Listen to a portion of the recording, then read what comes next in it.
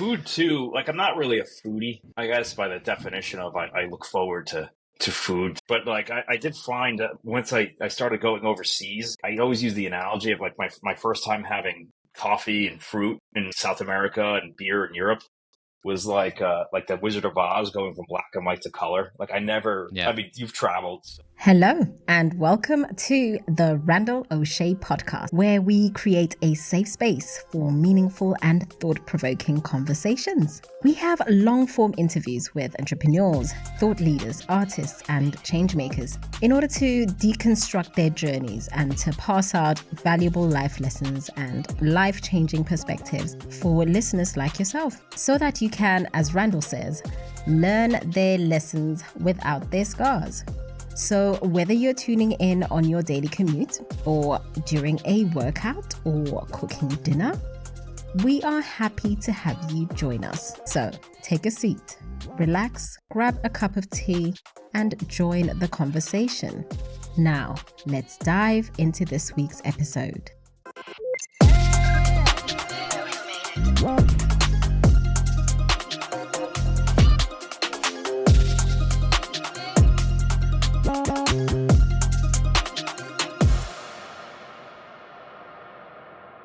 So this week's episode, we're having a conversation with Tom Tallerico, commercial airline pilot. So Tom, welcome to the podcast. How you doing today? Hey, good. Thanks for having me. Thanks for making the time, buddy. So I met Tom, I don't know, I'm getting old now, but it was circa 2016, 18, somewhere in there. It was 2018. 2018 at a networking event that I used to run. And Tom was a frequent attendee of the networking event.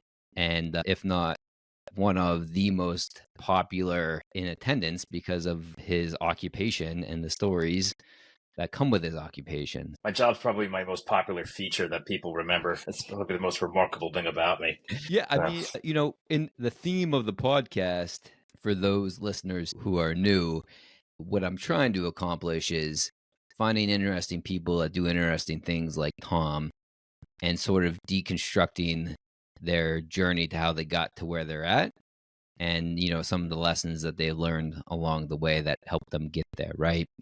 And I've learned a lot from Tom over the years just because he's a wise man, of course, but I also don't know a ton of commercial airline pilots. I wanted to bring him on the show. Which is usually the case. I'm usually people's first pilot. So I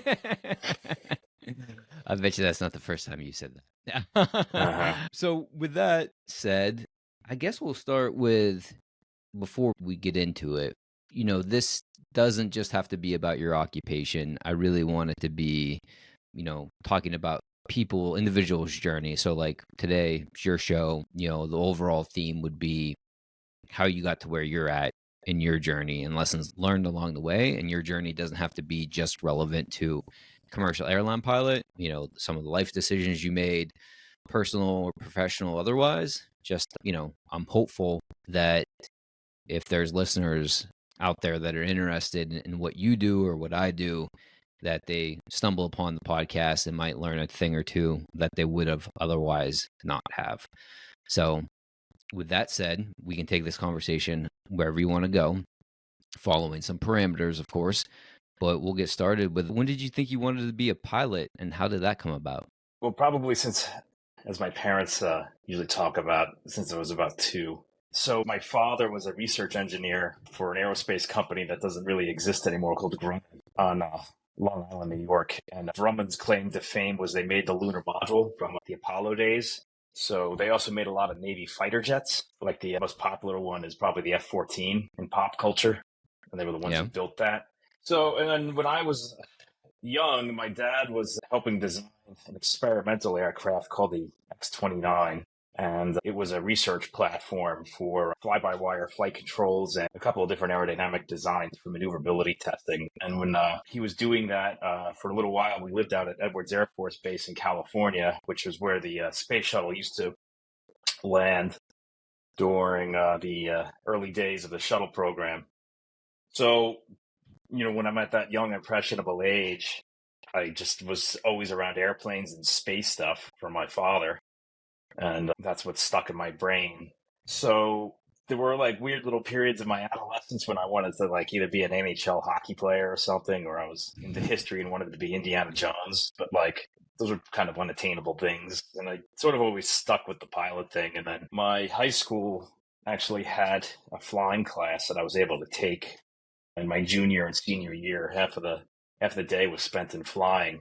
And I would take flight lessons after school, and I stuck with it. And then I went to a big aeronautical university called Embry-Riddle, and I got a degree in it. And I always wanted to be like an astronaut or a fighter pilot, but at the time in the 90s, you couldn't fly in the military with corrected vision. So I kind of went the civilian route and became a commercial pilot. And then, funny thing, after 9/11 happened, and we went through 2 wars, the military realized, hey, we need more pilots. So they kind of relaxed that requirement. But I never really, at that point, my school had one of the biggest Air Force ROTC detachments in the country. One thing I had learned was that they could tell me if I enlist with them, I could be a pilot. And then once all said and done, they could say, well, we have enough pilots. We're going to reassign you to do something else. You can be a logistics officer in Nebraska or anywhere, really ideally what I wanted to do. I'm like, well, I guess I want to kind of be more a master of my own fate. So I sort of stuck with what I was doing, and that's about it. So that's the big thing. It's just something I've always been into since I was really young. So what high school did you go to, if I can ask? Because like my high school, you had a flying program, and like we barely had a home ec program. So like, yeah, so it was just New York Public High School on Long Island. So it was one of the bigger high schools out there in the country. But, people complained about the taxes that New York has, especially on Long Island. But that's kind of like what you get for it. Like we had excellent public schools. So like the little bit of primary training I had just to get my basic pilot's license was all covered by like the taxpayer money. But consequently, the schools were very good, but they were also very tough. So like when I went to college and I started meeting people from other parts of the country, just because of my high school background, I was able to test out of a lot of basic math classes that other kids from other parts of the country had to take that never had in high school before. So, and for me, it was just a requirement. That's an interesting thing that's come up on the podcast before. Not necessarily, actually a couple times before, not necessarily your version, say, of like high school and public education is the opposite of a few of the other guests that, depending on when those episodes are released, you'll be able to make this connection. But I think you would say you obviously benefited from that public education and where you grew up and the public school system in place. Is that fair absolutely. to say? Yeah, absolutely. If so, by like how much? I mean, I didn't realize it at the time. But I mean, even just say like at a financial standpoint with college, I was able to probably test out of like 4 or 6 math classes that other people would have had to pay to take. In my high school didn't just have like a flying class. Like they had like carpentry class where I remember this vividly. Every year, what they would do, the kids in the carpentry program, we called these classes BOCES, which I think in some other places like here in Pennsylvania, they call it VOTEC. But we just sort of, and there was no financial requirement for this. It's just something if you're interested in, you could take it. But like the carpentry one, I remember pretty well because like at the beginning of the year, the students would start building like a house on the high school campus grounds. And then at the end of the year, the house would be finished and they'd rip it down so the next year's kids can start over again. I had classes on like electronics and like how to wire like outlets and things like that and make light bulbs. And like it was interesting stuff. It was almost very like engineering in a way. Yeah. But I like that. I like that. And to you, like it was normal, right? Like that's where we now like are at different stages in our lives. We have met people from around the world and we can look back and see how like fortunate or unfortunate or just maybe not even that, but just how different, right? Like difference matters. So it's very, very cool to take a look at that, I suppose, be able to acknowledge that you had an opportunity that some other folks did. And I never even thought about it.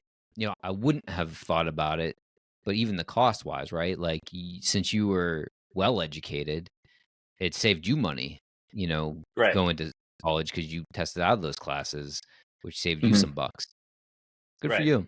Good for you. So, Do you and the funny thing is, it even gave people the opportunity of like, hey, this is kind of cool and interesting. So a lot of kids would take these sort of classes and then find out like, well, this really isn't for me.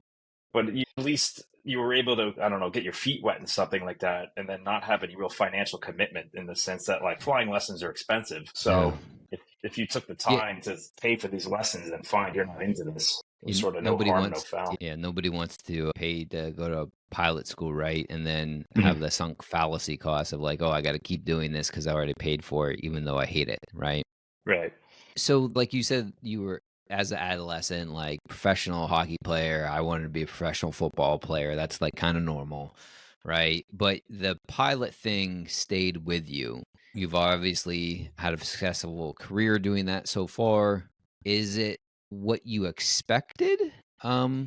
Still? Well, I think the part that I didn't expect was to get to the level where I was took me a lot longer than I had wanted or hoped, mainly because of two big factors that happened, and that was the September 11th terrorist attacks, which then led to a number of airline bankruptcies that caused a very poor job market for us when I graduated from college. That the job that I wanted to get, which is now to be flying for a major airline, it took me 16 years to get. Whereas now, due to a lot of baby boomer generation people retiring, there's kids going right out of college straight to the job that took me 16 years to get. And the big lesson that I had learned, and I knew this sort of all along, is that aviation market is kind of cyclical, and a lot of it depends on the timing, and that which is really I had nothing. There's nothing I could have done. I couldn't have been born 15 years later. I mean, I Right. had no say in that. So I had to grind more. And that's something that I kind of struggle with as far as maybe being a little bitter. Is like, man, I could have been much further along in my career if these things were sort of easier. But at the same time, I had to work a lot harder, which I think probably made me a better pilot. Yeah. I always think of a couple things there that I think are, I like to sort of consolidate. I have like a running list of lessons I've learned along the way of life. And one of the things is whatever new thing that you're trying to do, start a podcast, get a job, if you think it's going to be hard, you're right. But however Hmm. hard you think it's going to be, multiply that by 10.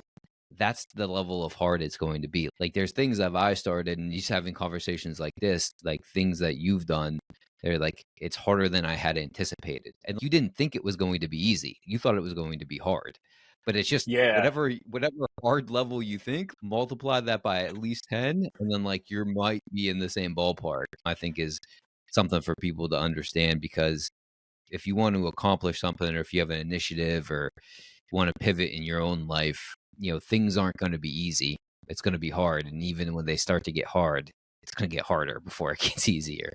Yeah, but kind of what I was getting at though. So when I began my career, when I finished school, there was probably something like 10 pilots for every job at the time. Yeah. Like it was like really bad career stagflation. And then if you could get a job, like you were making near poverty wages. Like so, I had a flight instruct for 3 years just to build experience to get a job in a jet. And I knew quite a few people who got their first airline jobs that were making at the time like $18,000 a year if they were actually able to qualify for food stamps and like you're an airline pilot.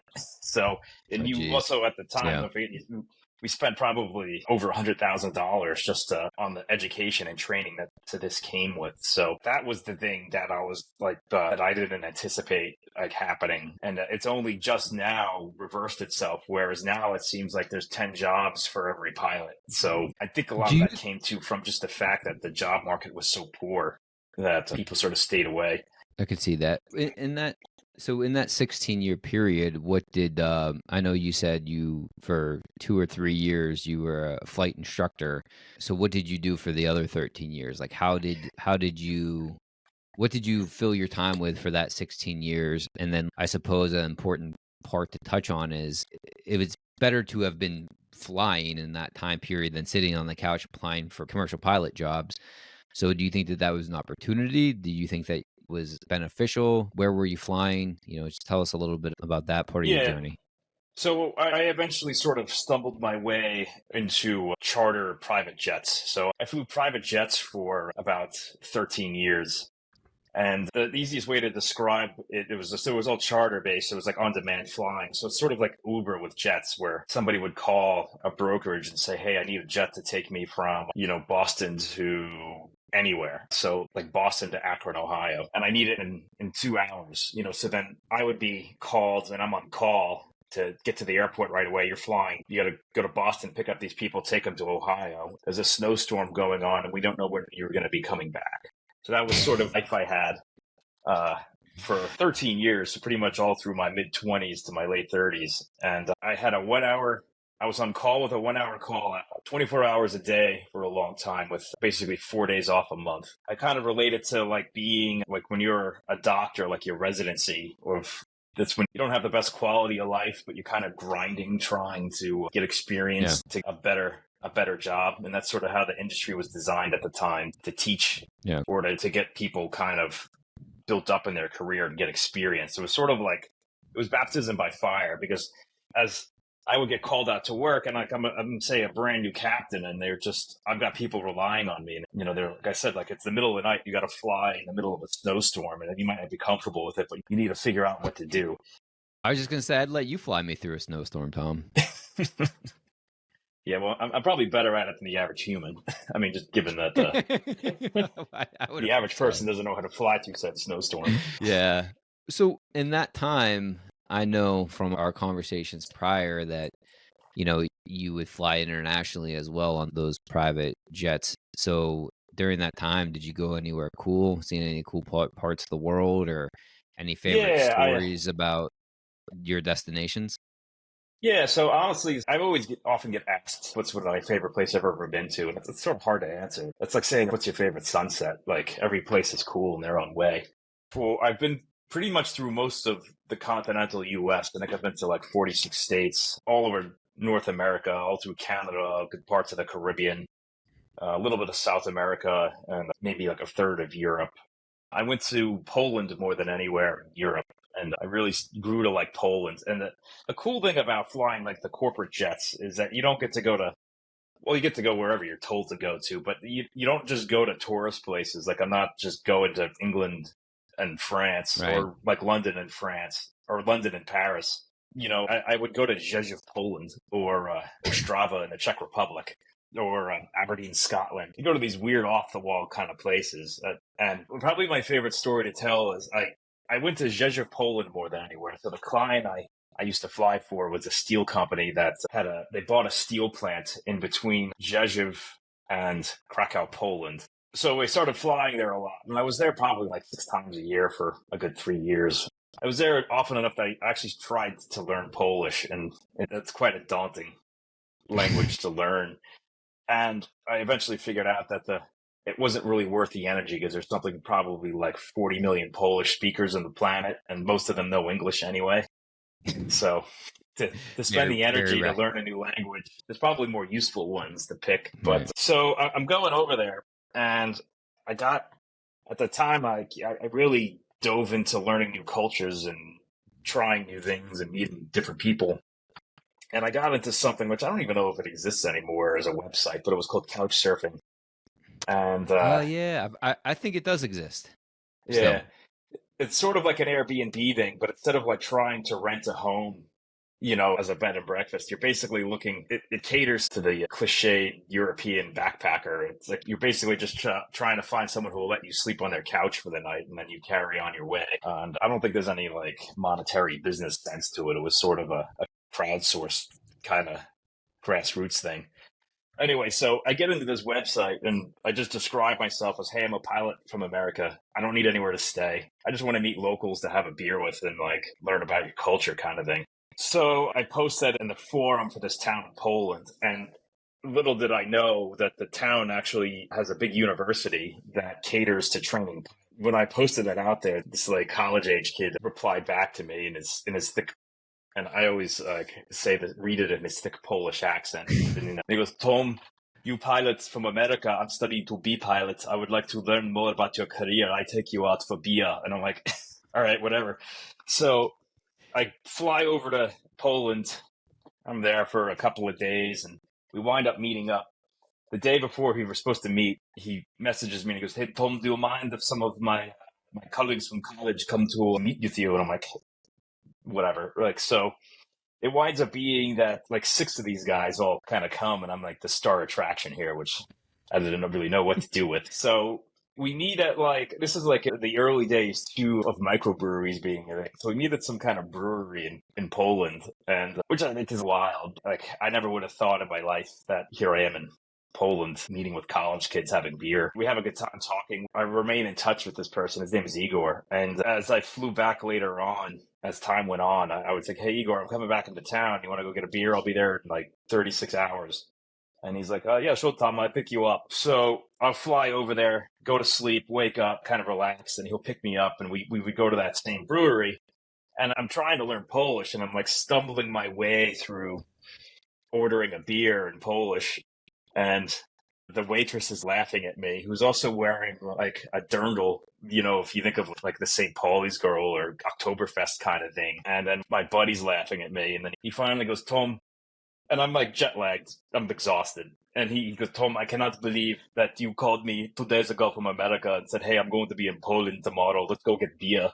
And here you are ordering beer, and it's no big deal to you. And I'm like, yeah, it's kind of how the job becomes. It's pretty cool. There's not too many people that can do that or have and it becomes your normal. And then I would fly back to my little town in Pennsylvania that I lived in, and they're like, the people in here are like, Tom, we haven't seen you in a few days.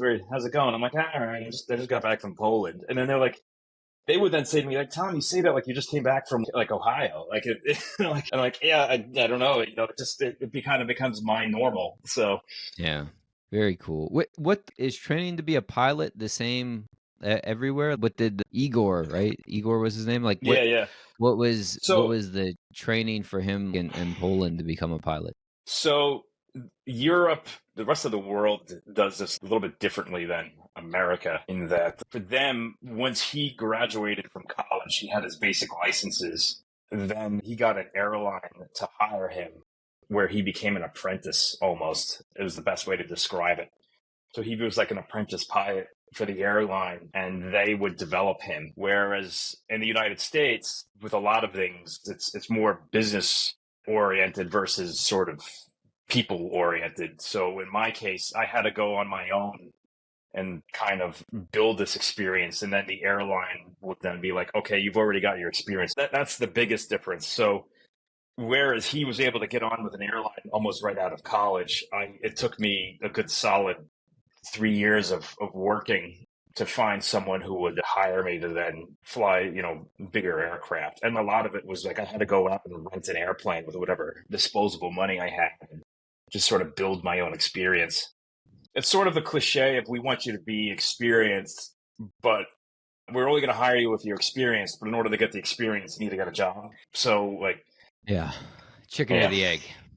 Right. Yeah. So I think that there was obviously some positives and negatives to your experience, and then comparing and contrasting that with like Igor's. Which model do you think might have been more advantageous, or would you have preferred, or which one do you think creates better pilots?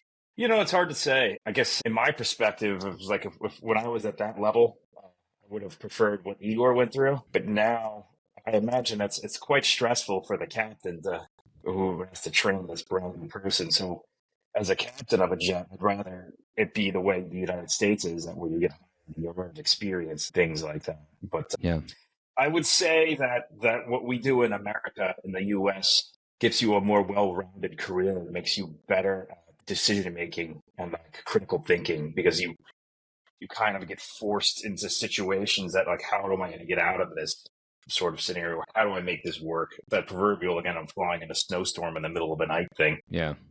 How confident were you when you got into the plane in Boston? You had to fly into the snowstorm to Ohio. Were you like, oh, not very. I was a very nervous wreck. It took a long time for me to really just sort of get confident with that. But and a lot of that, I think, comes and then too was once you start teaching, that's when you really start building it up. I was going to ask, how did you go from being a nervous wreck in those scenarios? Obviously, the plane's allowed to take off. So I imagine that they're deeming it safe enough, right? Somebody is deeming it safe enough for you to fly. Right. And then so I deem it safe enough for us to fly. And Right. But you got to get comfortable with that, right? Because they're not ideal conditions. If you're waiting for ideal conditions, I imagine you'd only be able to fly like 10%, 25% of the year, right? What did you do to get more comfortable in those uncomfortable situations? I think in my case, it was like getting comfortable with being uncomfortable was sort of how Okay. it is. And we train constantly. And over time, like as you doing this over and over, I mean, think about when you were a brand new driver, you were probably a nervous wreck driving somewhere. And then sure enough, after doing this for years, it almost becomes muscle memory that you don't even think about. It's sort of the same effect. Isn't there some saying that in order to master something, it takes you 10,000 hours, right? So it's just something you develop over time and you get comfortable with it. I think the guy's name's like Eric Erickson, who did the 10,000 hour study. And it's you, in order to become a master at something, you got to at least invest 10,000 hours into like that deliberate activity, right? Like, and I could tell you exactly right now. So I have to keep track of all of my flight time. And since my very first flight in like probably 1998, I have exactly 7,505 hours of flight experience. So just like flying time. Yeah. Phenomenal. Let's take a quick break from today's episode. If you're enjoying the conversation, please take a moment to look us up. You can find Randall on Instagram at Randall Osche, that's spelled at RandallOsche. And you can catch the show notes and other resources at randallosche.com. And now back to the episode. So when was the first time you were flying a plane with an instructor? I suppose it would have been with an instructor. When was the first time you had the controls in your hand? Oh, it was your very first flight. Yeah. I mean, you were in high school, right? So was that 16, 18 years old? Yeah, I took a couple of lessons. I wouldn't even say they were lessons, but my father had coworkers who happened to have a basic pilot's license. And once I started developing this, they were like, hey, go fly the plane with him and see what you think.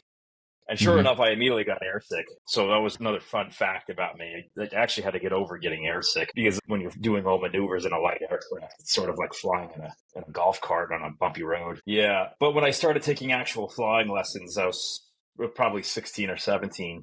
So I was actually hadn't even learned to drive yet when I started. And that's very common for pilots. A lot of us sort of are taking the lessons before we learn how to drive. Yeah. And a fun fact of that is, so an aircraft on the ground, at least with light aircraft, we actually steer it with our feet.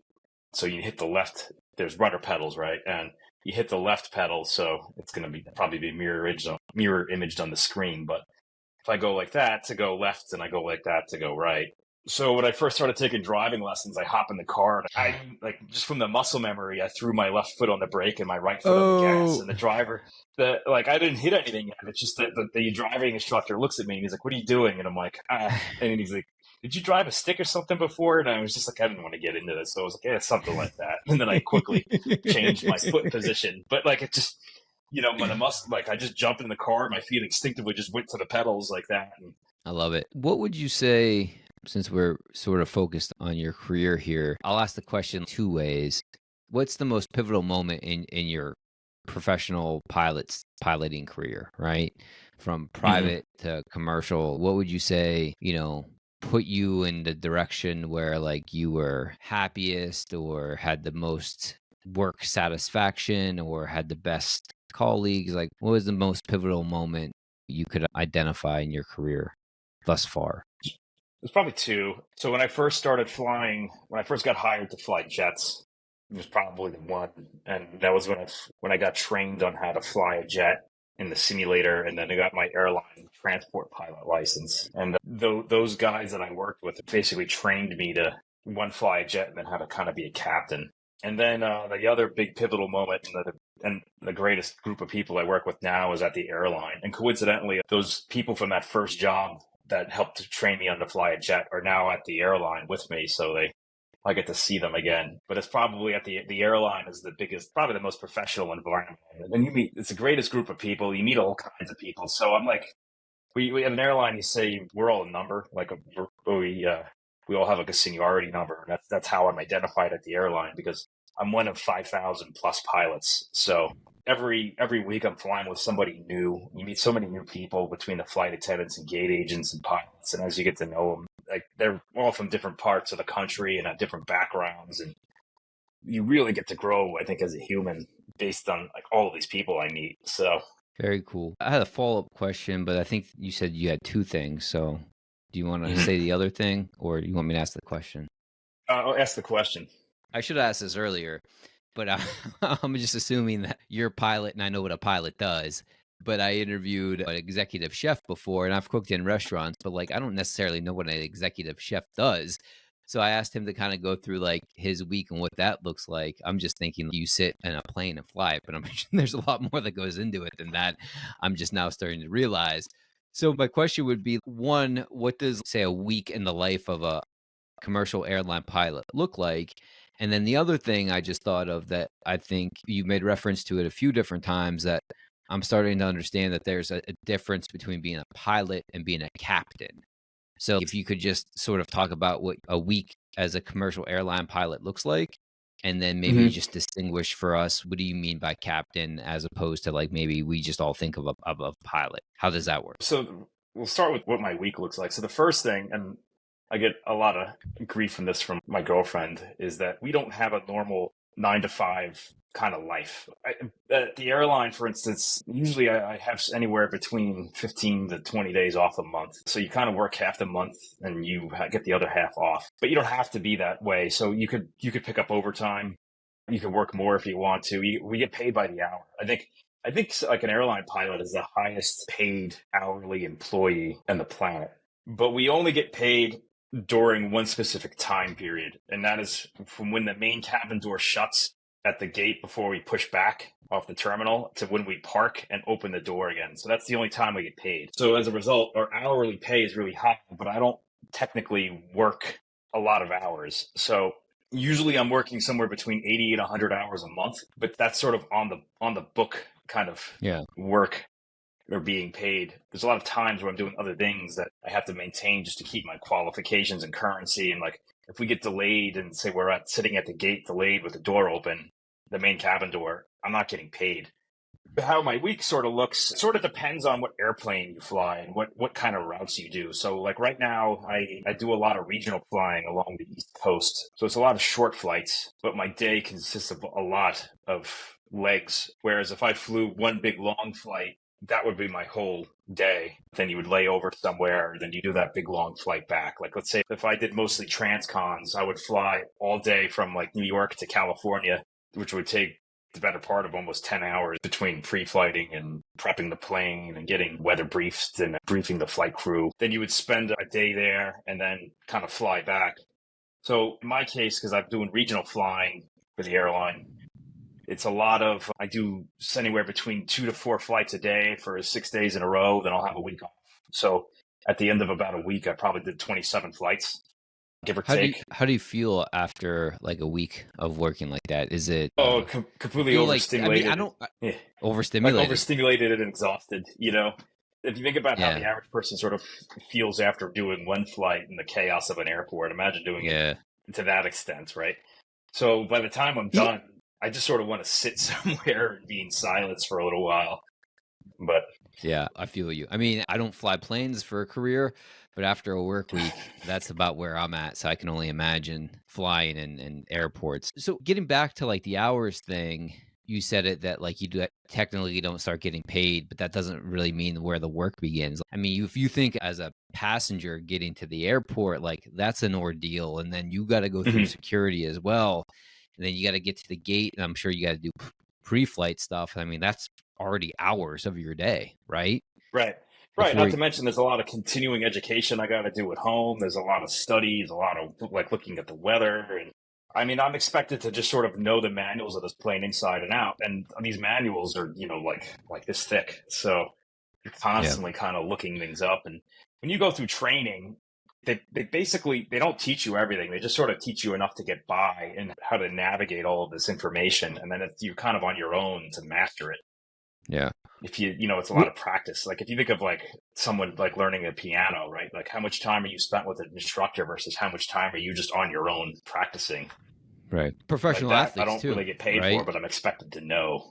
Yeah. Like Um, professional athletes. You think of yeah, football players, they practice all week to play for what, 3 hours on a Sunday? right, right. Yeah. Or even think of like an Olympic athlete, right? Like how much of their time is spent to prepare to run a 100-meter dash once every Oh, four yeah. years in the Olympics. Yeah, Which is like under 11 seconds, right? yeah, right.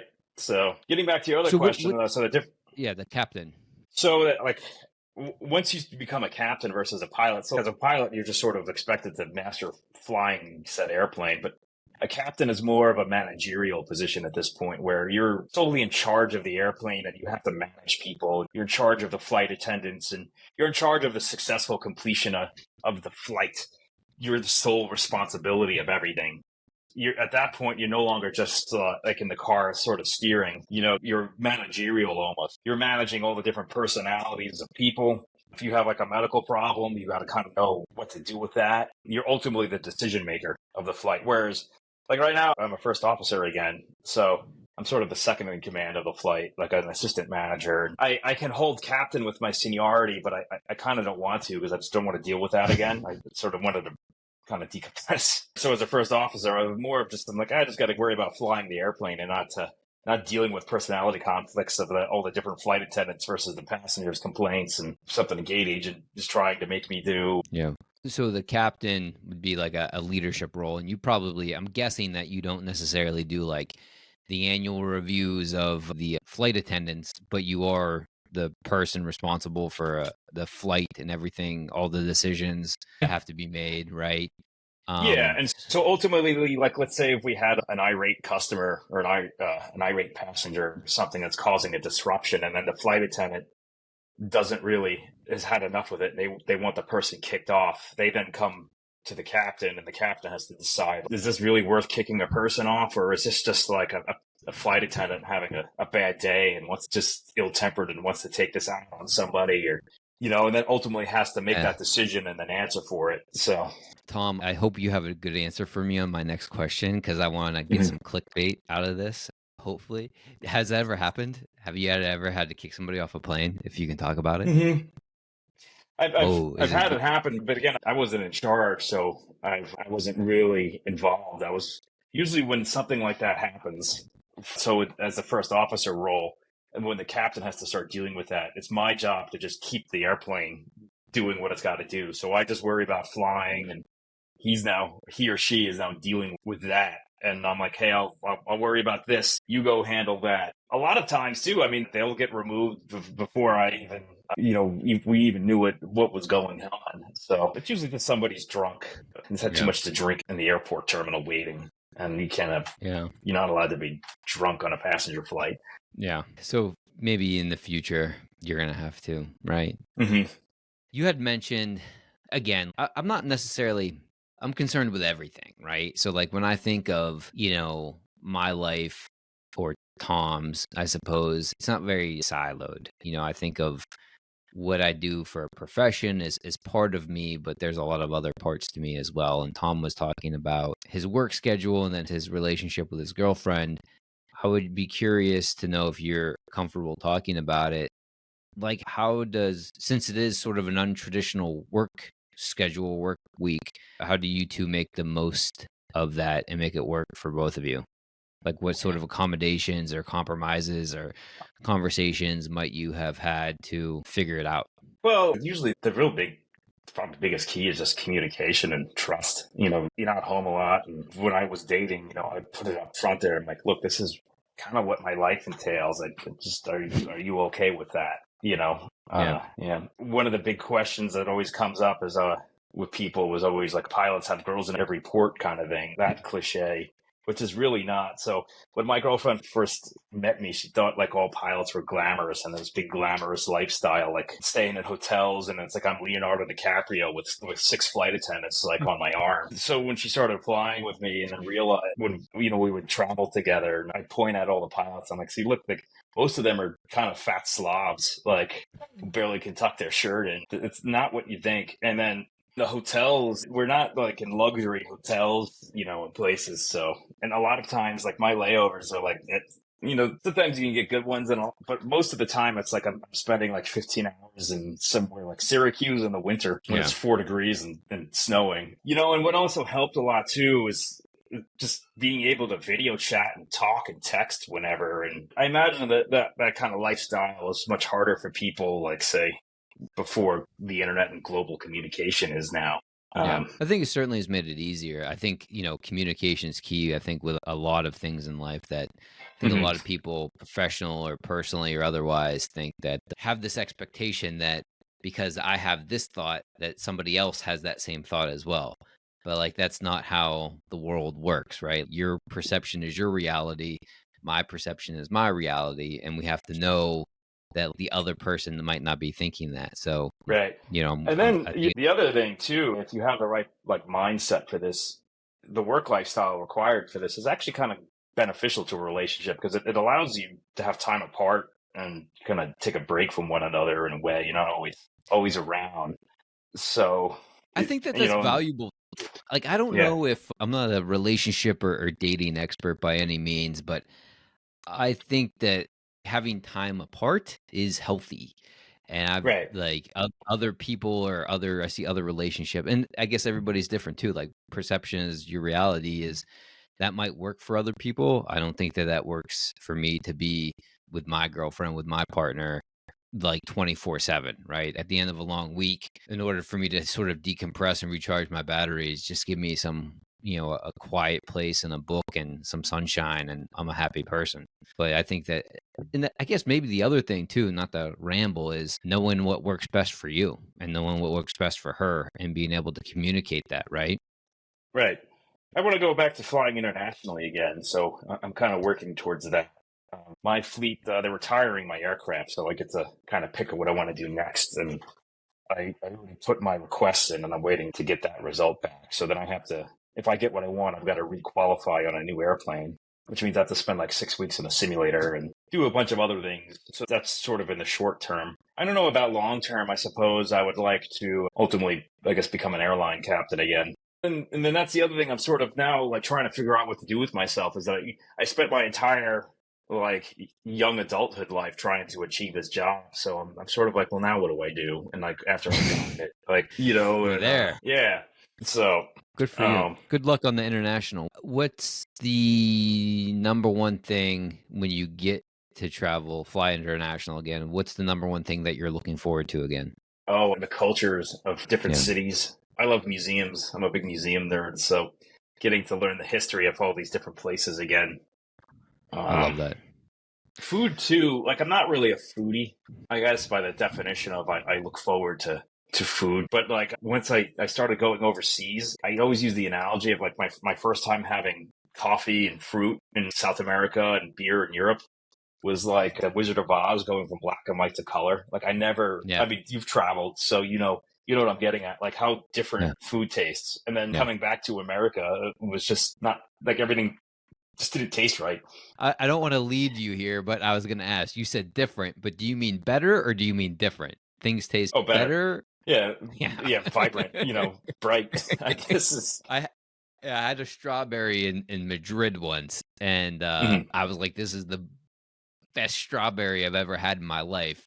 And the person I was with, she was like, what do you mean? I've had better strawberries than this. I was like, come to the States and have the strawberries there, then you'll know what I'm talking about. It looks like a strawberry, but it doesn't taste the way this tastes. Right. And that's exactly it. And crazy. Like, I had like a chicken sandwich at some place, and like the chicken, it was like, oh my God, like this tastes like a Thanksgiving turkey. It's like I went out and caught the bird myself, and it was that fresh. I've even had Pizza Hut in Poland, and I'm like, all right. Then I'm sort of like, I guess I'm like, all right, there's not a lot of options at the moment. I'll try this. And I'm like, wow, this is even like better. Just they have better food standards, Well, yeah, I've learned over the last year because I've made I've traveled more internationally in the last 18 months or so than I had previously. But there's food ingredients in the States that is banned in the EU. Like there's an ingredient that we commonly use in and bread. most other places. Yeah. Yeah. Yeah, and a lot of it's like, I don't know if it's the fructose corn syrup thing, but I know a lot of the preservatives that we do, like they're not allowed to Mexican have. Coke is, right? Mexican Coke is real sugar and we use high fructose corn syrup. I don't drink soda or pop, I guess, however you want to say it. And I don't eat fast food, but I don't eat fast food because it makes me feel terrible because it's terrible food. But I just saw another, like, to your story about Domino's or Pizza Hut, one of those chains in Poland, that the food is different. I just assumed it would be the same. Like McDonald's here is McDonald's everywhere. But I saw a YouTube video. They were making gourmet hamburgers in McDonald's in Spain somewhere. And it was like prosciutto and eggs on it. I was like, what? Mm-hmm. What? So maybe I'll have to look into that in my next trip abroad. Well, yeah, and honestly, McDonald's specifically, they're different from different regions of the United States. So I've been to McDonald's in Canada, and you can get poutine, there's regional differences. I've seen the McLobster roll in New England is another one. Shamrock shakes, we didn't have those in New York. So that was until I moved to Pennsylvania that I even heard of this. But now I think now they're nationwide. But there's weird little things like that. Yeah. I'll have to expand my fast food intelligence. Yeah, I'm sort of similar in a sense. Like, I didn't drink soda for the longest time, but my job, sadly, has sort of reintroduced these sort of bad habits to me because sometimes at an airport, that's all you can get. So let me get your advice on this. Airport food is the worst, typically. Like, every once in a while, you can get some fresh food, or some certain airports have like better restaurants than other airports, but in my experience, they're few and far between. Do you have any travel tricks or hacks for getting good food, either tasty food or healthy food is what I mean by good food, in an airport? Like, what's your go-to sort of scenario look like? Are you just a take what you can get person, or? I'll mostly take what I can get, but if I have the opportunity, I think, so I don't know if people realize too, like you can bring your own food. So if you can brown bag it, as long as it's not liquids, like you can't bring liquids through security. Yeah. I can, but the food, if you can bring apples or whatever fresh food from home, the first thing. Otherwise, if you're not, like, I try to go to a lot of, like, if some of those like newsstands, like Hudson News or whatever, you can get bananas and things. Like, I try to eat as much of that as I can, like bags of pistachios or almonds that aren't salted. Yeah. There is one thing I'm starting to see more and more in airports. It's called Farm Fresh. I don't know if you ever heard of that or saw that. It's like a vending machine of salads. That's sort of, and like fresh food. It's actually kind of counterintuitive when you say fresh food and vending machine, but I know what you're talking about. Yeah. I don't know how much it's replenished, but I mean, it looks like real food. So, yeah. I'm sure there's a lot of turnover with it in an airport just because there's so many people. I did start to, I'm pretty snobbish, as you might have gathered, about the type of food I put in my body, but I have for years. I take my own snacks, like, on trips. I'll take RX bars and nuts and, chomp sticks and things like that with me. I've had my bag searched for it because it's like organic matter and they can't necessarily tell what it is. So, like, I'd be like, oh, here's Randall's giant bag of snacks for his trip for 2 weeks. Yeah, that could be more of a problem when you go overseas because of immigration, agriculture and immigration. They don't want. Let's not tell them because that's. Yeah. So, question for you. I haven't heard this recent on my first couple trips to Europe. I remember the pilot coming on and giving us a piece of paper and saying I don't remember, maybe what's your intention of staying here, or are you bringing any food with you or whatever. And I never knew what that was. General declaration. Yeah. Gen Dec. What is that for? And on my recent flights, that hasn't been brought to my attention. Is that something that they stopped doing, or am I supposed to be doing it on my own? So that's for customs. So you're filling out Gen Decs for customs. So it has nothing to do with the pilots. We don't care. It's just we just hand you this form, and then you're supposed to bring it to customs when you enter a new country and say, "This is what I'm doing here. I'm not smuggling in money or drugs. You're not bringing in, say, unpackaged meats or vegetables, which could have bugs that could cause, problems." Like there's a Simpsons episode of when Bart brought a bullfrog to Australia and decimated all of the farms in Australia because of this bullfrog. I've seen a lot of times where the customs agents are just sort of lax and they're just like, whatever, and they don't even bother to look at this form that you just filled out. I don't remember. I mean, I've had maybe in the past year a couple different flights internationally, and I haven't had them come on and say it. So just curious. But Tom, I want to be respectful of your time. It's been a great conversation. I do want to get to these rapid fire questions. So what's been the most influential book you've ever read? I've read a lot of books. Probably for my career-wise, I would say I've read so many books, it's hard to pick one. It's like picking my favorite destination, right? Yeah. North Star Over My Shoulder was a fun one. It's the memoirs of an airline pilot. Probably like The Right Stuff or First Man on the Moon, which is the stories of the Apollo astronauts. Okay. Yeah. Any book that you read prior to becoming a pilot that you were like, this is why I want to become a pilot? Again, probably The Right Stuff, The Right Stuff? So, yeah. Which was made into a movie in the 80s. It's about the Mercury astronauts. So awesome. Probably say less than a book. It was more of, there was a movie, Top Gun was very influential in my life. I probably have watched that original Top Gun so many hundreds of times that, before on-demand TV and things, I taped it off of like Channel 11, the WB commercials and everything in it in the 80s. I would watch this over and over and over. So much so that I could start quoting it. Like my older siblings had the tape, like the cassette, the VHS tape, the cassette. Yeah, the cassette tape, the soundtrack. So they had the soundtrack, and I listened to that constantly too. I thought it was so cool. I was very impressed with myself. Did you watch the new Top Gun? I did, several times. Are you a fan? Yeah, it's good. There's one scene though that I'm not a fan of, and it has nothing to do with flying or the accuracy of flying. It's one of those movies too where you got to suspend disbelief a little bit, right?